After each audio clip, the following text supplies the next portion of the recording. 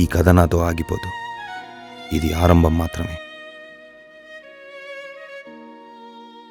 HoFF, they were mentioning, head of forest force, I am here, but otherwise also, if I am not in that position also, I would have applauded the kind of efforts made by you.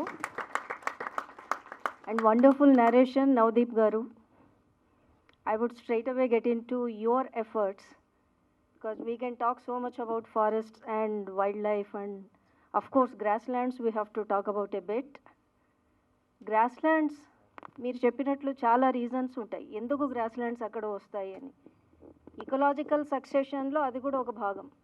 ఈ geological స్కేల్లో ఒకప్పుడు చెట్లున్న చోట్ల ఇంకో తర్వాత కొన్నేళ్లకి ఇంకా గ్రాస్లాండ్ రావచ్చు. Over a course of geological time scale it happens. అది ఒకటి. Of course geological factors also, top soil కొంచెం తక్కువ ఉండి రాకీ ఇది సబ్టెరైన్ ఉండి అలా ఉంటే కూడాను మనకి గ్రాస్లాండ్ వస్తుంది.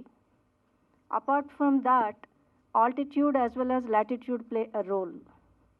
For example, if you go to Himalayas, you might have heard about tree line. After crossing 10,000 feet or 12,000 feet above mean sea level, because I personally trekked up to 17,000 feet above mean sea level, which we studied as botany students. I could personally see like how the whole vegetation, starts changing from one level to another level. At one particular level, suddenly tree growth stops. Robrial sir must be knowing, he is from Uttarakhand, so sir knows because he is born and brought up there. But for me, who was from South India, that was the first brush with that kind of situation. Tree growth. Suddenly, as if somebody has drawn the line, that's why it's called tree line. After that, what would be there? Grasslands. So where trees cannot survive that kind of tough climatic situation, altitude, grasses can survive. You also might have heard about Valley of Flowers. Mostly grasses, flowers of grasses. Grasses are no weeds, as you said. They are shelter to so many varieties of the larger animals and the animals which we generally do not perceive, or which we do not generally notice even, because they are too small to be noticed. Yeah, it is a totally a different ecosystem and a very, very unique ecosystem. And yeah, as someone was mentioning about African savannas, yes, I visited one of such savannas, Amboseli National Park. Wonderful. It's only, forest doesn't mean only trees. That's what we keep on telling. If you go to Amboseli or Masai Mara also even, mostly it is grasslands.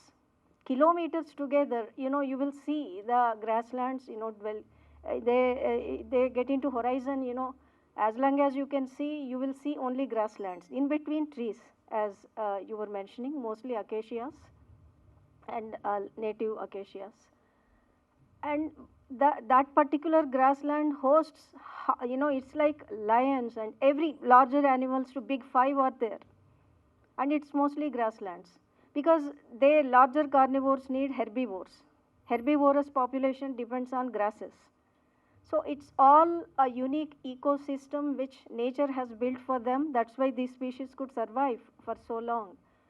But as and when as I was mentioning, geological time scale, that apart, human interference, biotic interference is the biggest threat now to grasslands, as the narrator and the story was mentioning. And in Telangana, of course, in India, Himalayas, as you know, and Nilgiris, they have beautiful grasslands. Eastern Ghats also, our own Nallamalla have grasslands. ATR, if you go inside, you have beautiful grasslands. Same is the case with Kawal Tiger Reserve and many other sanctuaries, national parks, and the Navy, the area handed over to Navy now, it has grasslands, beautiful grasslands in Anantagiri hills.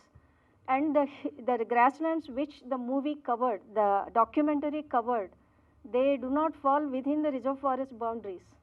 They are outside the forest boundaries. But like-minded people, the environmentalists who are genuinely interested, they have been bringing this to the notice of the forest department, requesting them to notify this as conservation reserve, or bring these lands into CA, compensatory afforestation land bank. They have been making efforts. First, I think Farida from WWF, she brought this to my notice maybe 1.5 years back. Later, I visited Vikarabad grasslands, Anantagiri grasslands, and wonderful grasslands. Recently, one rock eagle fowl, I think Pranay, you or somebody else, Manoj, they brought to notice of the department, and yeah, we could act thanks to your message through Farida.